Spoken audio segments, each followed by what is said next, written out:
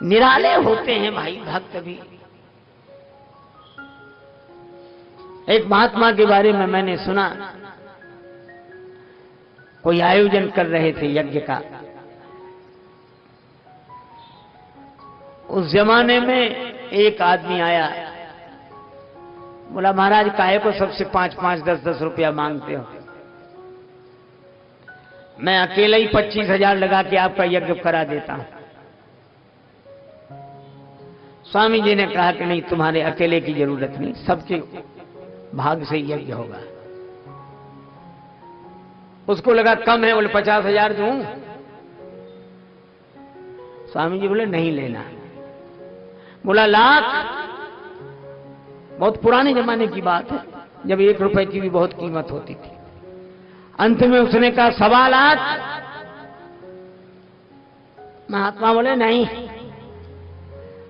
तो बोला कि महाराज सोच लो, इस जमाने में 1.25 लाख देने वाला कोई मिलेगा नहीं। सोच लो, 1.25 लाख देने वाला कोई मिलेगा नहीं। महात्मा मुस्कुराकर बोले देने वाला तो मिल ही जाएगा, तुम दे ही रहे हो। लेकिन यह भी देख लो कि देने वाला मिल भी जाए पर नहीं लेने वाला भी नहीं मिलेगा।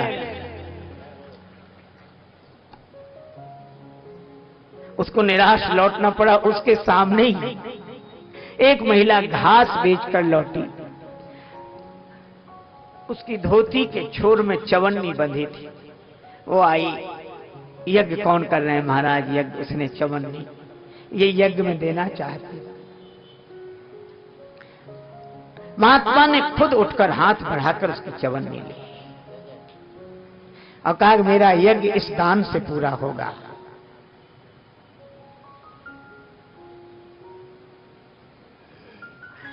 अरे राजा के पास क्या, ये तो राम राजा के पास जा रहे हैं, फिर भी कुछ नहीं चाहिए।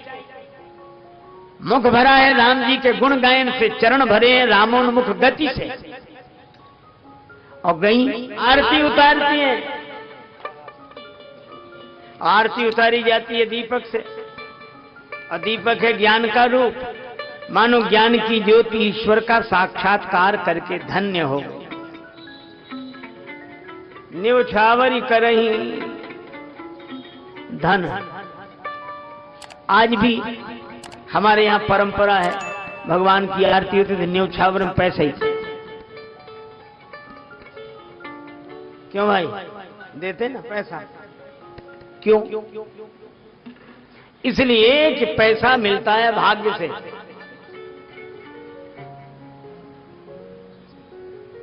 पैसा मिलता है भाग्य से। हम लोग क्या सोचते हैं, बड़े आदमी के यहां चलो, बहुत बड़े के यहां चलो, अच्छा मिलेगा।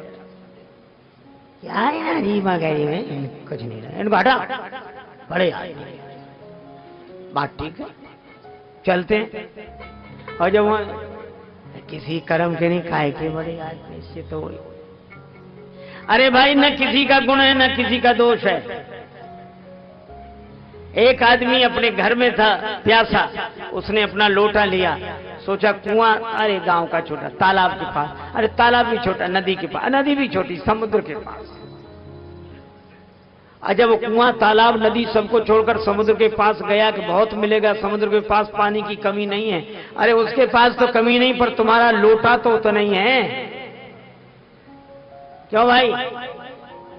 लोटा चाहे कुएं में डुबो, चाहे नदी में, चाहे तालाब में, चाहे समुद्र में, पानी उतना ही बनेगा। ये लोटा क्या है? ये कर्म कमंडल कर लिए तुलसी जहां जहां जाए, सरिता कूप समुद्र जल बूंद नाधिक समाए। कोटि उपाय करे धन के हित भाग लिखो, तितनो ही लहे हो। एक महात्मा अपनी फक्कड़ी भाषा में बोलते थे कि भाग्य में होगा तो किसी का बाप रोक नहीं सकता, मिलेगा, और नहीं होगा तो किसी का बाप दे नहीं सकता, उतना ही मिलेगा जितना है। एक महात्मा से एक सज्जन बोले हमारे बेटे को समझा दो। बोले क्या समझा दें? बोले ये बहुत खाता है। महात्मा हंसकर बोले कि ज्यादा नहीं खाता है, कहा क्यों? बोले हर आदमी उतना ही खाता है जितना उसका खाता है, खाते से ज्यादा कोई नहीं खाता। डायबिटीज हो जाए तो मिठाई खाना बंद, अरे मिठाई खाने का खाता खत्म, फिर वो खाता नहीं रखाता है। इसलिए ठीक है, ये धन है भाग्य से मिलता है, भाग्य बनता है कर्म से, तो धन हुआ कर्म का फल। तो ज्ञान की ज्योति आरती के बहाने ईश्वर का साक्षात्कार करके धन्य हो गई, और कर्म का फल ईश्वर पर न्यौछावर हो गया। प्रधानता भक्ति की थी, उसका फल मिल गया। बार बार शिशु चरण पर ही।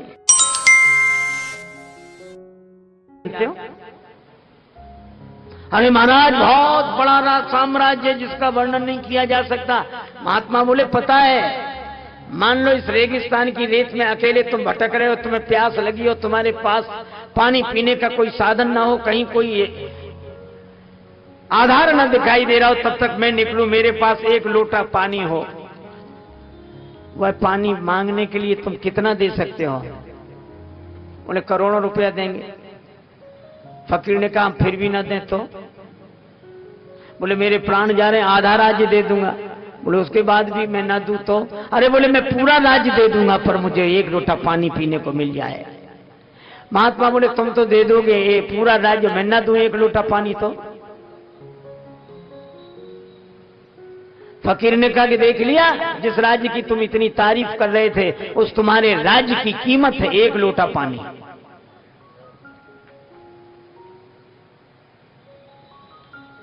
फकीर से बादशाह ने कहा हमें कुछ दे दो। बोले तुम्हें क्या दे दें? अच्छा तो हमसे कुछ मांग लो।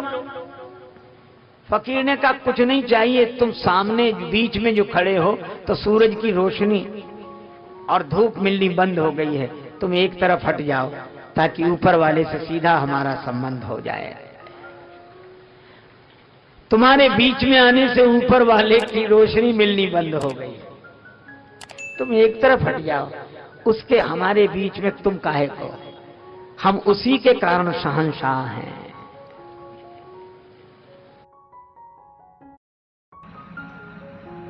तो हमने ये कथाएं सुनी स्वामी राजेश्वरानंद जी महाराज द्वारा। बहुत ही सुंदर तरीके से इन कथाओं का वर्णन उन्होंने किया है। उम्मीद है आपको ये कथाएं बहुत पसंद आई होंगी। अगर आपको ये कथाएं पसंद आई हैं तो चैनल को सब्सक्राइब कीजिए, वीडियो को लाइक और शेयर कीजिए, ताकि इस तरह की प्रेरक और हास्य कथाएं हम आपके लिए लेकर आते रहें। आपका बहुत बहुत धन्यवाद।